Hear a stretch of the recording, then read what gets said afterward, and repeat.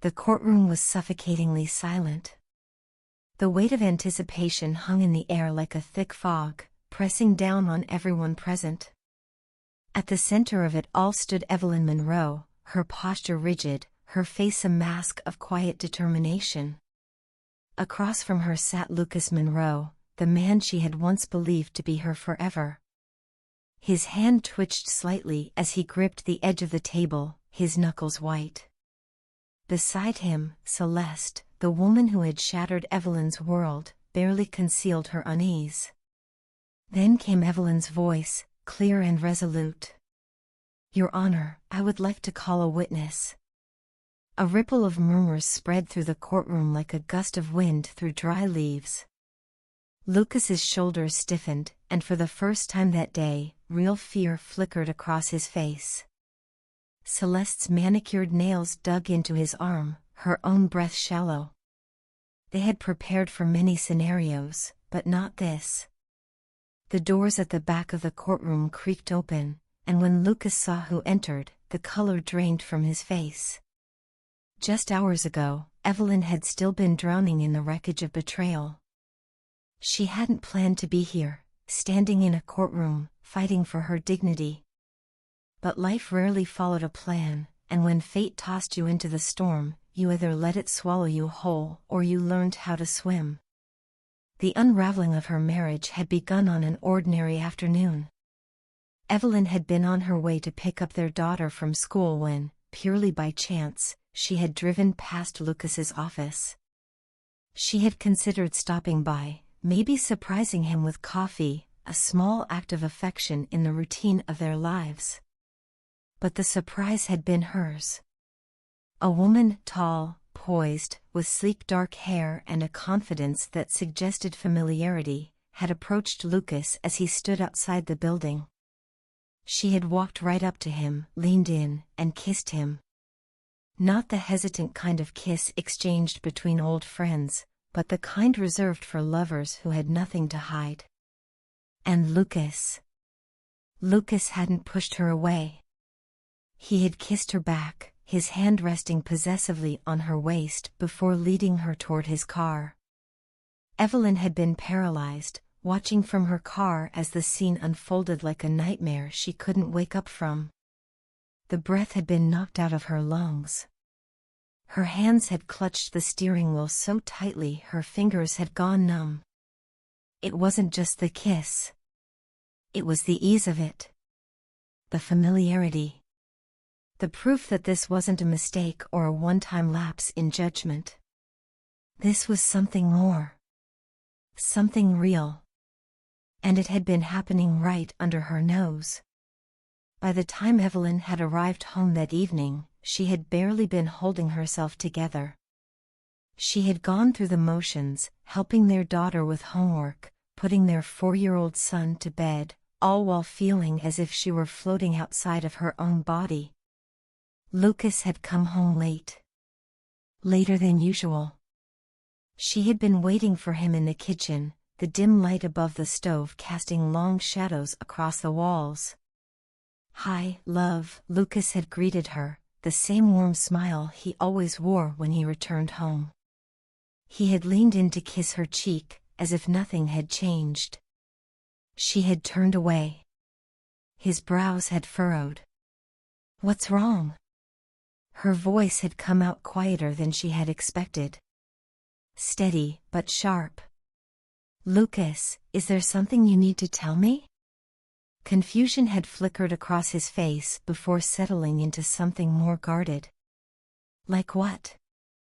She had exhaled slowly, gripping the counter behind her. "I saw you today."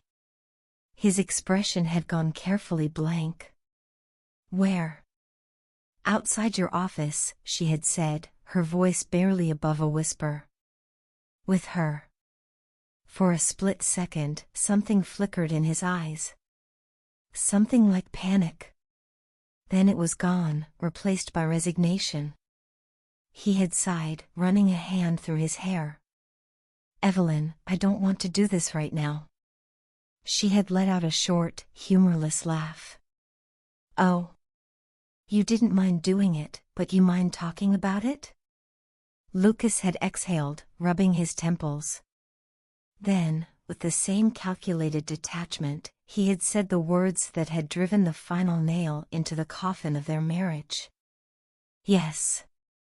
I have a mistress. No excuses. No attempts at denial. Just the cold, brutal truth. Evelyn had felt her stomach twist, her breath hitch. Who is she?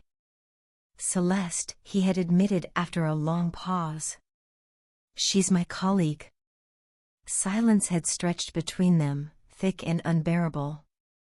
But, Evelyn, Lucas had continued, his tone suddenly softer, I don't want to change anything.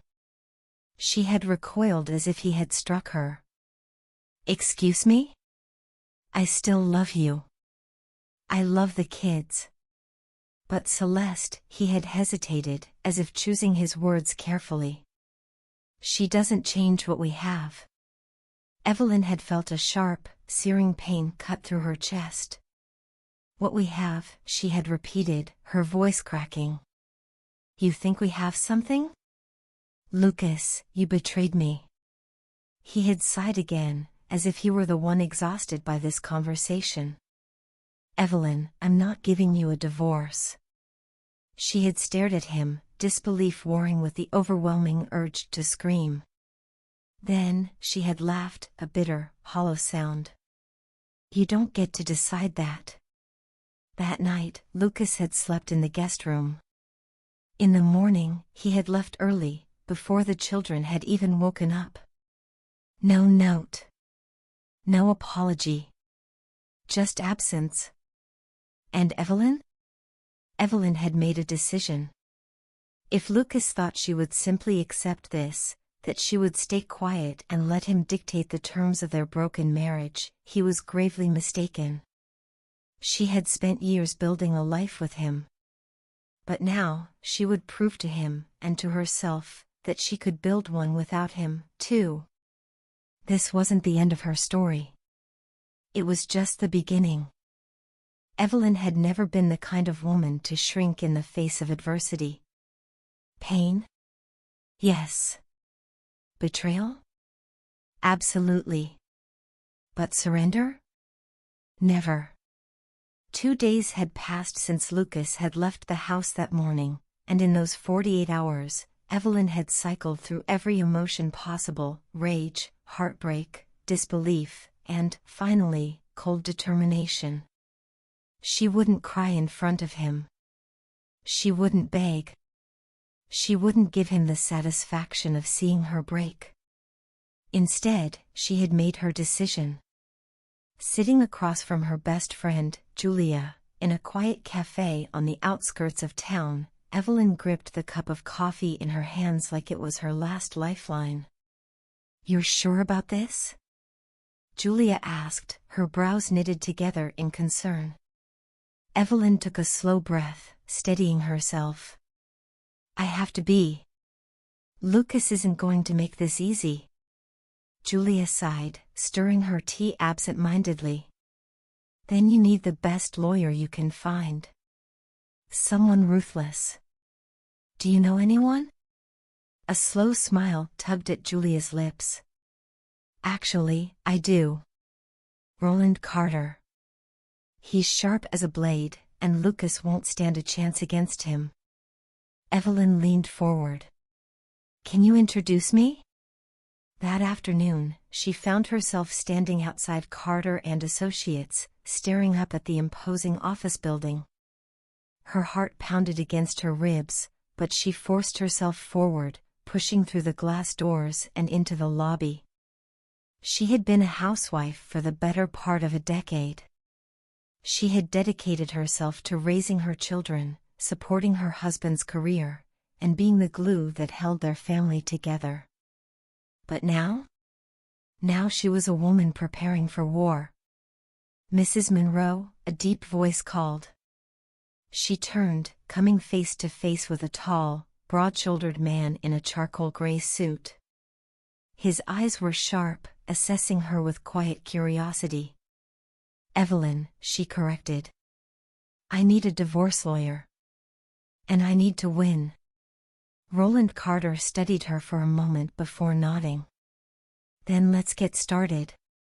Evelyn sat across from Roland Carter in his sleek, modern office, trying to steady her breathing.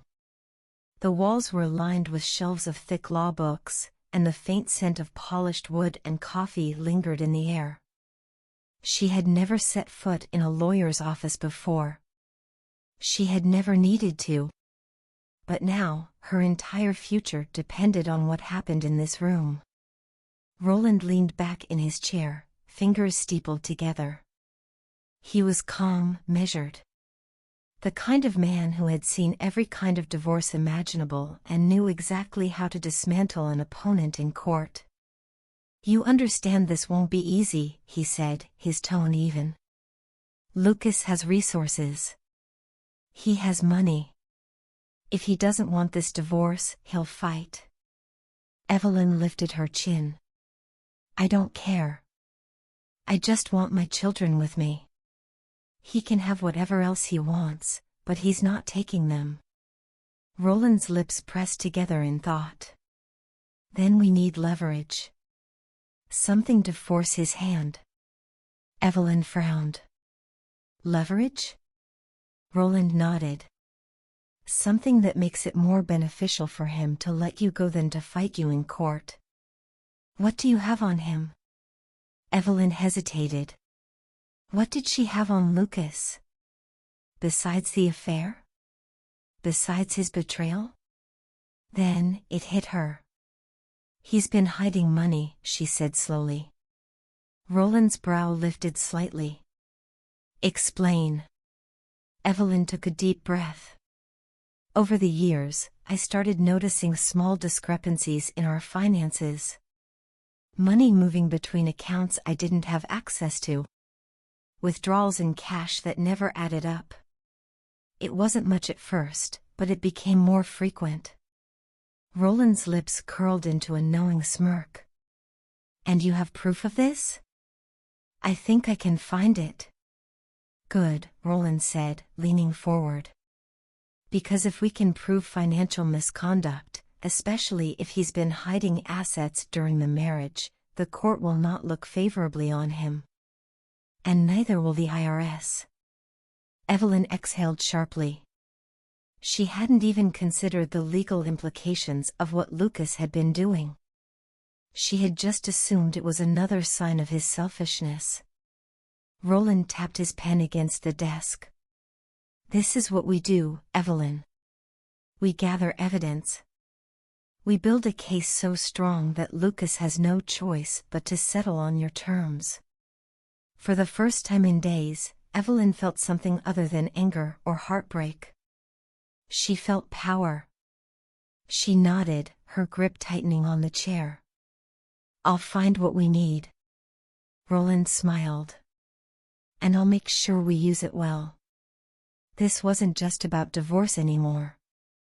It was about justice. Evelyn sat in the dim glow of her laptop screen, the only sound in the house the soft ticking of a clock on the kitchen wall. The kids were asleep, tucked safely in their rooms, oblivious to the storm brewing around them. She had spent hours combing through old financial records, trying to piece together a puzzle she had ignored for too long. Bank statements, tax returns, credit card transactions, at first glance everything looked normal. But Evelyn knew better. Lucas had been meticulous in keeping up appearances, never allowing suspicion to creep in. Yet, the more she looked, the more the inconsistencies stood out. Small but frequent withdrawals in odd amounts. Large wire transfers to an account she didn't recognize.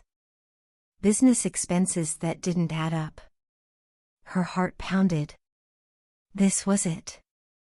She grabbed her phone and snapped a series of photos, sending them straight to Roland. It was late, but she didn't care. This was too important to wait. A few minutes later, her phone buzzed. "Roland, this is exactly what we need. Can you get more details on these transfers?" Evelyn's fingers trembled as she typed back. "Evelyn, I'll try." Give me until morning. Determined, she logged into Lucas's online banking profile, an old habit from when she still handled household finances.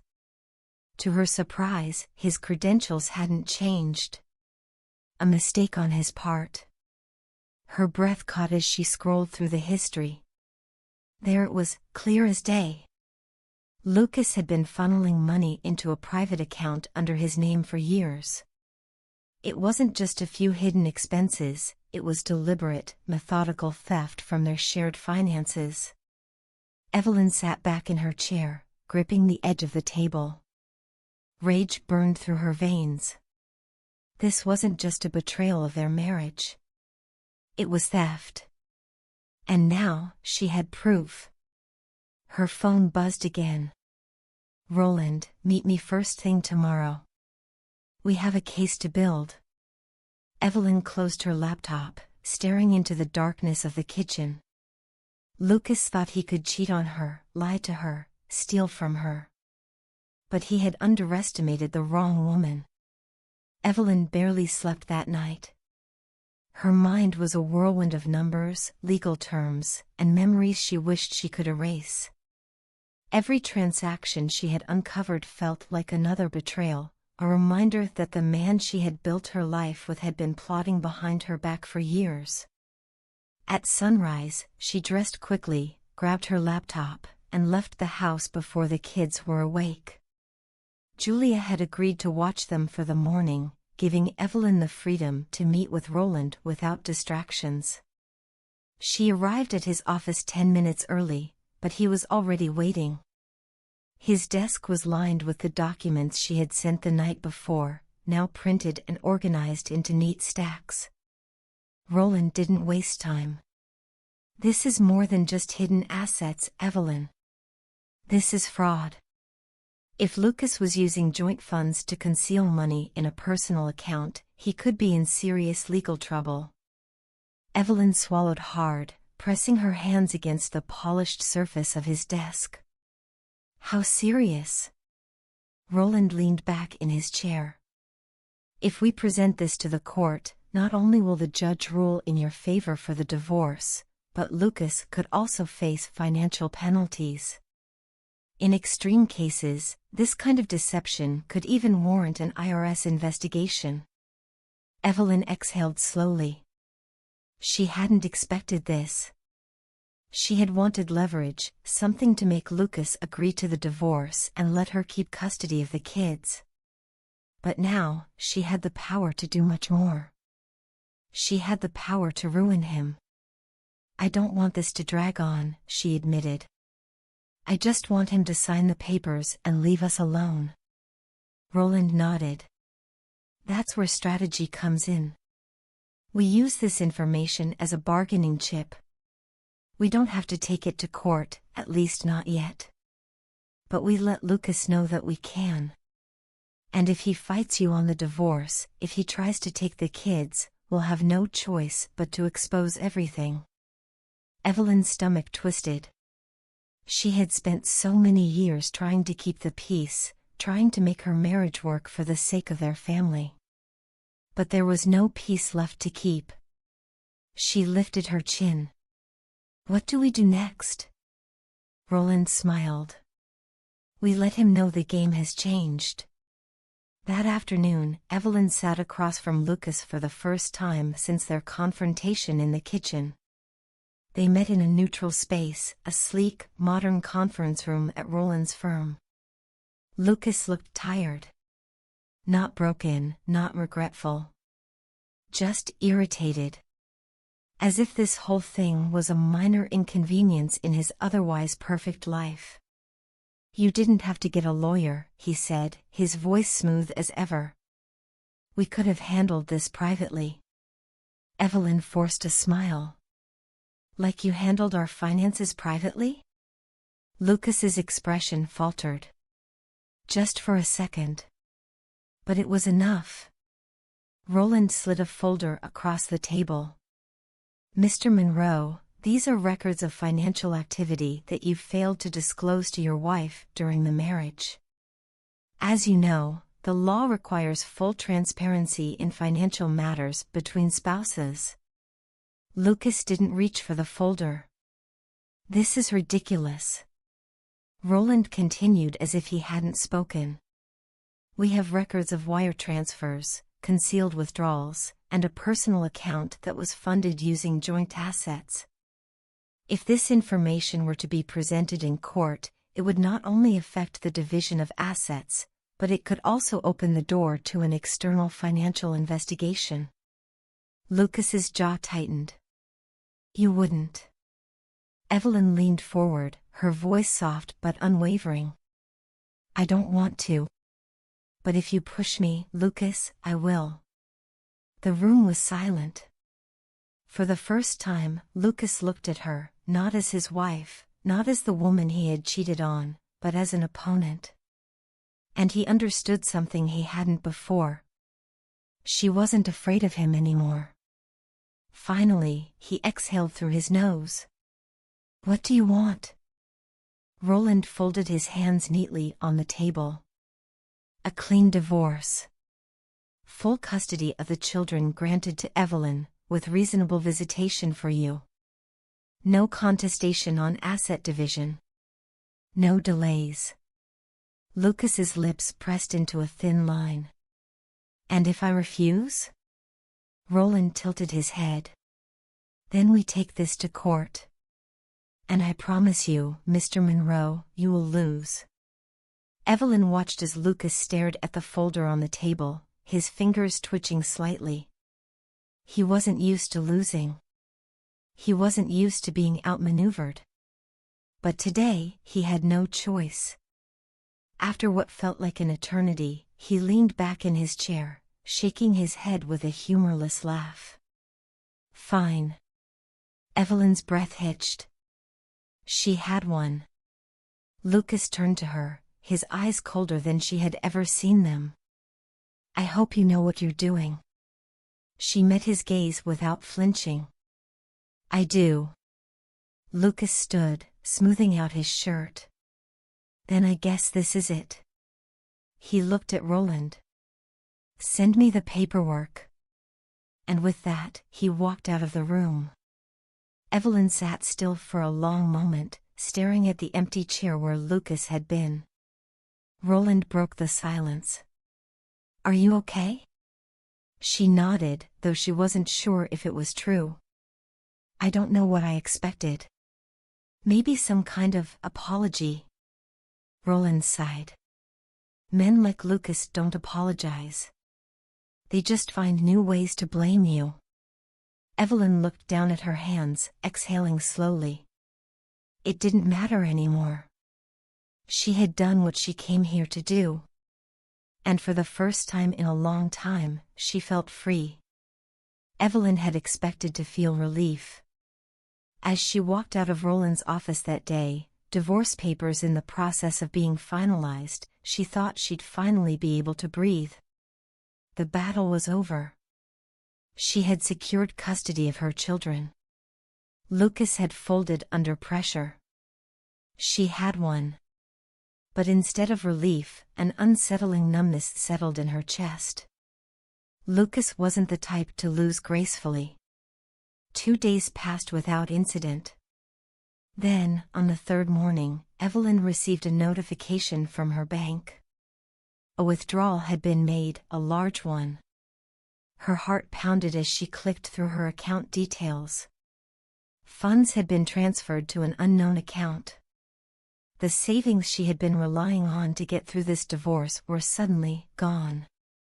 Her hands shook as she dialed Roland's number. He's trying to starve you out, Roland said the moment she explained. It's a classic move. He knows you need money for the kids, for rent, for legal fees. If he drains the accounts before the court finalizes asset division, he thinks you'll have no choice but to back down. Evelyn gritted her teeth. Can we stop him? I can file an emergency motion to freeze the remaining assets, but it'll take a few days to process. Roland's voice was calm, but there was an underlying frustration. We should have expected this. Of course, Lucas wouldn't just sign the papers and walk away. That wasn't his nature. He needed to win, even if that meant destroying everything on his way out. Evelyn wasn't about to let him. She spent the next few days gathering every financial document she could find.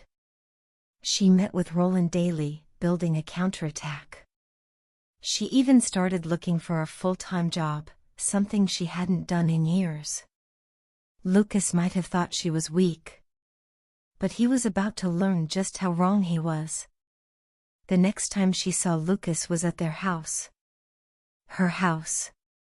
The one they had shared for years. The place where she had raised their children, where birthdays and Christmas mornings had been spent. Except now, it didn't feel like home.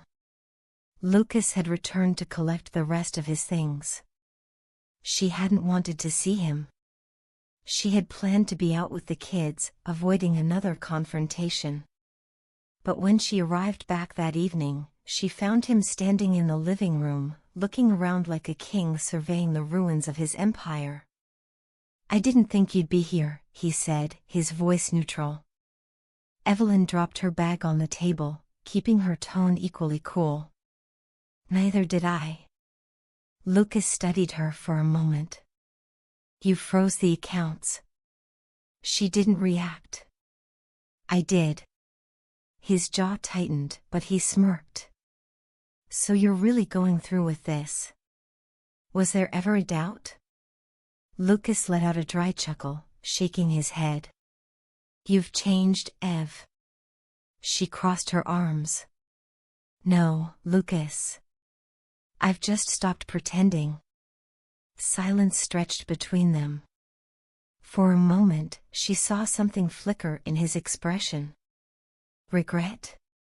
Anger? Or just the realization that she was no longer the woman he could manipulate? Then, as quickly as it came, it was gone. "Well," he said, grabbing his bag. "I'll see you in court." And just like that, he was gone. Evelyn stood in the empty living room, feeling the weight of everything pressed down on her. She had won the battle. But the war wasn't over yet. The days following Lucas's departure should have brought Evelyn peace. Instead, they brought a new kind of chaos. It started subtly, small shifts in the air, unspoken tension hanging over the house like an approaching storm. The children felt it first. Ivy, her bright, bookish daughter, had grown quiet, watching Evelyn with questioning eyes she was too afraid to voice. Miles, only 4, clung to her constantly, sensing the change but unable to understand it. "Is Daddy mad at you?" Ivy finally asked one evening, her voice hesitant. Evelyn froze. She had spent days trying to find the right words to explain this, to break their world apart as gently as possible. But there was no gentle way to explain betrayal. "No, sweetheart," she said carefully. "Sometimes, moms and dads just have to live in different houses." Ivy's frown deepened. "But he lived here before." "I know." Evelyn reached out, tucking the strand of hair behind her daughter's ear. "But things have changed." Ivy hesitated before whispering, "Is it because of that lady?" Evelyn's breath caught in her throat. How much had she seen? How much had she felt? She could lie. She could shield Ivy from the truth a little longer. But deep down, she knew her daughter was too smart for that. "Yes," Evelyn admitted, her voice barely above a whisper. "It is." Ivy nodded slowly, absorbing the words. She didn't cry. She didn't ask more questions. She simply wrapped her small arms around Evelyn's waist and held on tightly. And in that moment, Evelyn knew she had done the right thing. The next battle came in the form of Lucas's retaliation. The emergency motion had stopped him from draining the rest of their savings, but it hadn't stopped him from trying to hurt her in every way he could. It started with petty inconveniences. Their shared phone plan was mysteriously cancelled, leaving Evelyn scrambling to set up a new account. The utility bills, previously automated, suddenly went unpaid, resulting in threats of disconnection. Even the car insurance had been pulled out from under her, forcing her to spend hours sorting through paperwork. None of it was accidental. It was a game of control, a test to see if she would break. She didn't.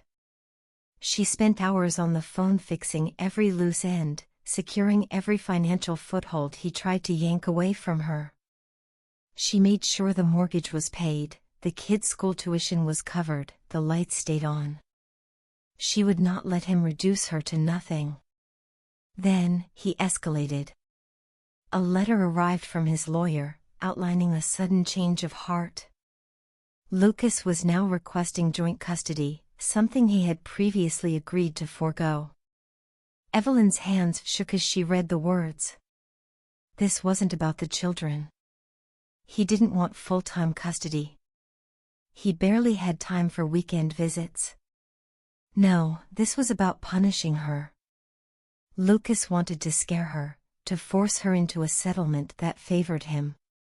He wanted her to be too afraid to fight. But he had underestimated her. Evelyn called Roland immediately. We're fighting this. He didn't even hesitate. Good. Because we're going to win. The court date was set. Lucas arrived looking as smug as ever, dressed in his tailored suit, a picture of calm confidence. Celeste was with him, though she lingered at the back of the courtroom, clearly aware that her presence was unwelcome. Evelyn sat beside Roland, her fingers curled into fists in her lap. The judge called them to order. Lucas's lawyer began with a carefully rehearsed speech about shared parental responsibility, how a father deserved time with his children, how Lucas was an involved, loving parent. Evelyn fought the urge to scoff. Then Roland stood. He was composed but firm, every word striking with precision.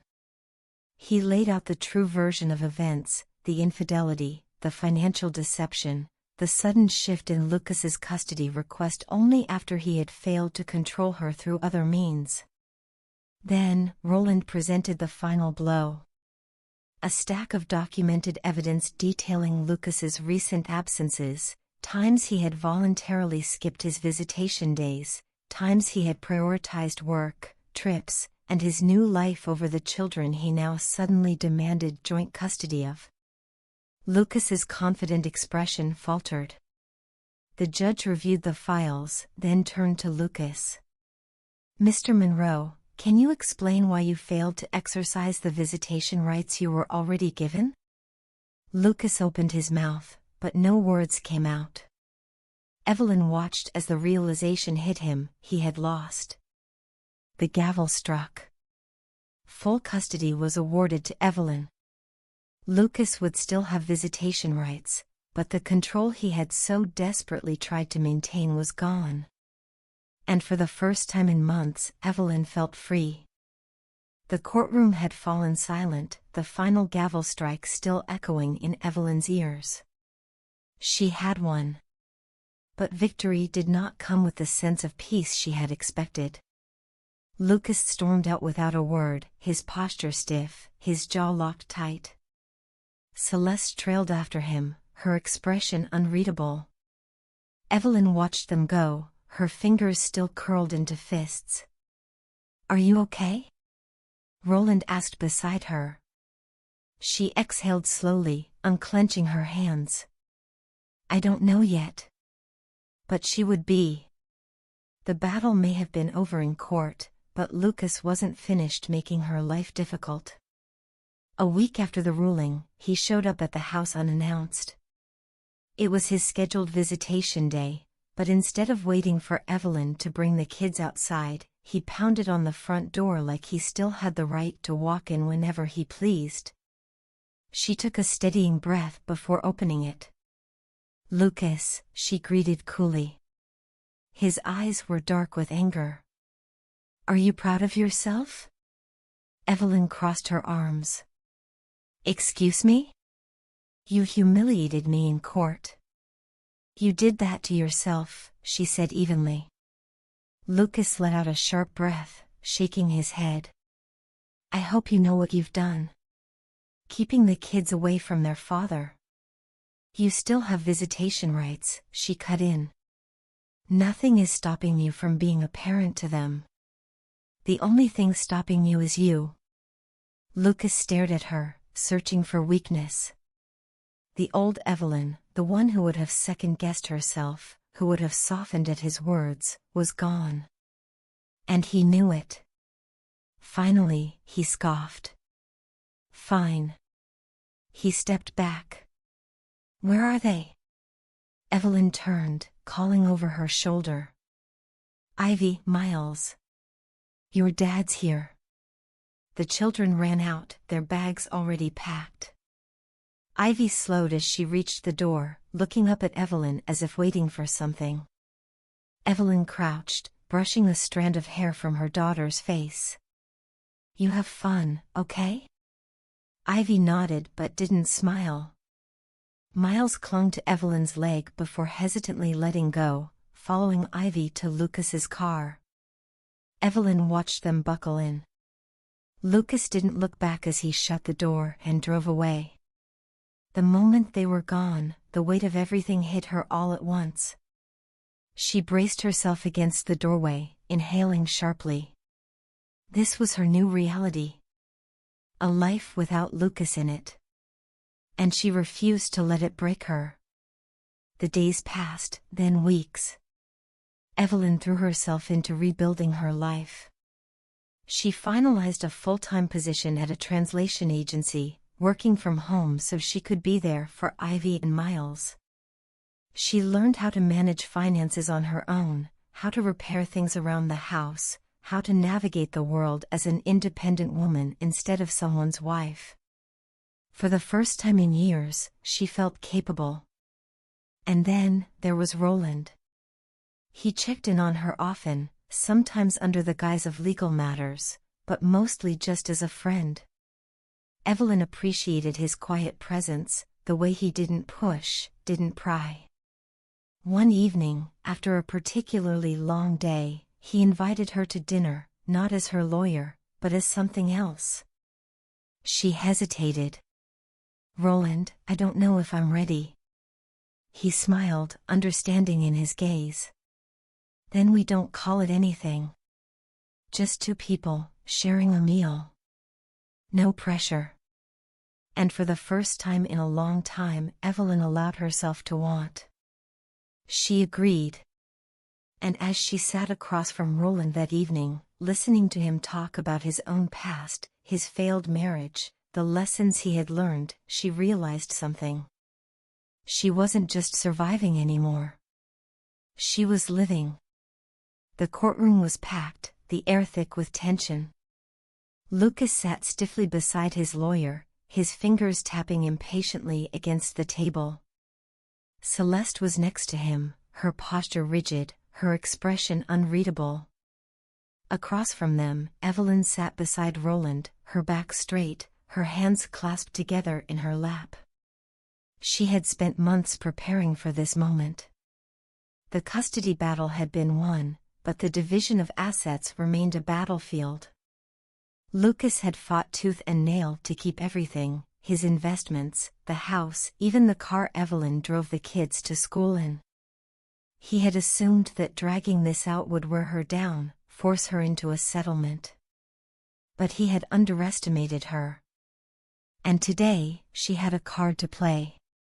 Your Honor, Roland said, rising to his feet. My client would like to call a witness. Lucas frowned. His lawyer shifted uncomfortably. They hadn't been expecting this.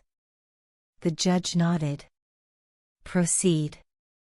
The doors at the back of the courtroom creaked open. Lucas turned, his face pale as he saw who walked in. Celeste's grip on his arm tightened, her nails digging into his sleeve.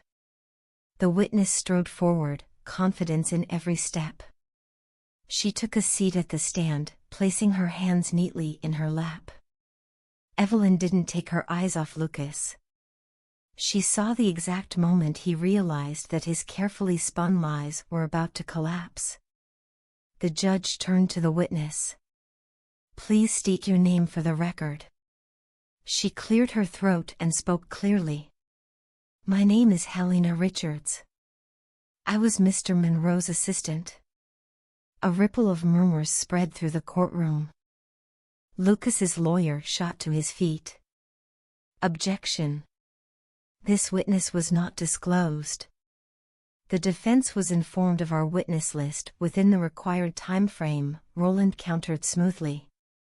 "They simply didn't expect us to use it." The judge raised a hand. "I'll allow it. Proceed." Evelyn's heart pounded as Roland stepped forward. "Ms. Richards," he said, his tone casual but firm, "can you describe your role in Mr. Monroe's company?" Helena nodded. "I was responsible for scheduling his meetings, managing his emails, and overseeing certain financial transactions." Roland's eyebrows lifted slightly. "Financial transactions?" "Yes." She glanced toward Lucas, whose face had gone tight with anger. "I handled several company accounts, ensuring that expenses were recorded correctly. However, I began to notice inconsistencies, funds being funneled into personal accounts that didn't belong to the company." The courtroom gasped. Lucas's lawyer scrambled to respond. "Objection. This is speculation." "Not at all," Roland said smoothly. "We have documentation." He turned to the judge. "Your Honor, I submit Exhibit C, a collection of emails and transaction records showing that Mr. Monroe was illegally transferring company funds for personal use." Evelyn stole a glance at Lucas. His face was ashen, his fists clenched. Celeste looked equally horrified. The judge skimmed the documents before looking at Lucas. "Mr. Monroe, do you have an explanation for this?" Lucas opened his mouth. Nothing came out. Evelyn felt a surge of satisfaction. This wasn't just about money. It was about accountability. About making sure he faced the consequences of his actions. And for the first time, Lucas had no control. After the trial, Lucas disappeared. The court ruled in Evelyn's favor, awarding her half of the assets and ensuring she and the kids would be financially secure. But she didn't care about the money. She cared about the fact that, for the first time in her life, she had stood up to Lucas, and won. Celeste left him not long after, and word spread that Lucas had lost his job. The company didn't want to be associated with financial fraud, even if no formal charges had been filed yet. Evelyn should have felt vindicated. But in the end, she realized she didn't need revenge. She had something much more valuable. Freedom. The final ruling had come down like the closing chapter of a long and painful book. Evelyn had won full custody of her children, financial security, and most importantly, freedom from Lucas's manipulations. The weight she had carried for so long had finally been lifted. But victory didn't erase the scars. She spent days adjusting to the silence of a home that no longer felt haunted. There were no more unexpected confrontations, no more legal threats looming over her like dark clouds. The storm had passed. And yet, she found herself standing in the kitchen late at night, staring at the empty space where Lucas used to sit, trying to reconcile the man she had once loved with the one who had betrayed her so completely. Ivy and Miles were adjusting, though in their own ways. Ivy had thrown herself into books, escaping into fantasy worlds where parents didn't break apart and homes weren't filled with quiet sadness. Miles was clingier, needing constant reassurance that she wasn't going anywhere. One night, as she tucked them into bed, Ivy whispered, "Mom, are we safe now?" Evelyn's breath caught in her throat. She stroked her daughter's hair and pressed a kiss to her forehead. "Yes, sweetheart," she murmured. "We're safe now." And for the first time, she truly believed it. Lucas, predictably, had gone into free fall. His downfall had been swift. Losing custody had been a devastating blow to his ego, but losing his career had sealed his fate. The company had quietly pushed him out after Roland's well-placed evidence had revealed his financial misconduct. It wasn't just about the money, his reputation had been tarnished beyond repair. Celeste had left him soon after, wanting nothing to do with a man who could no longer provide her with the lavish lifestyle she had expected. Evelyn heard about it through whispers, mutual acquaintances who still felt the need to update her on Lucas's downward spiral. He had moved out of the city, taking what little he had left and disappearing into obscurity. She didn't care. She had spent so much time thinking that closure meant seeing him suffer, but she realized now that true closure meant not thinking about him at all. The next chapter of her life began with quiet, steady steps. She finalized a full-time contract at the translation agency, working remotely so she could be there for the kids.